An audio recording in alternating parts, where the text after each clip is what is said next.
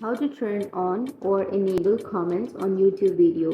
So if you want to turn on your comments or enable comments on your YouTube video, then what you need to do is first open up your YouTube studio.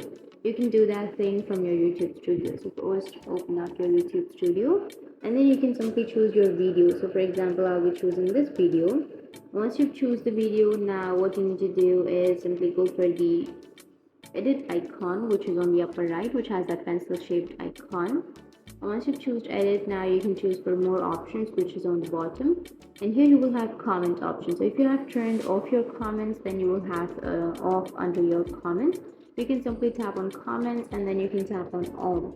So if you have turned that off, then your comments will be turned off, and if you want to turn that on, simply tap on and your comments will be turned on or enabled.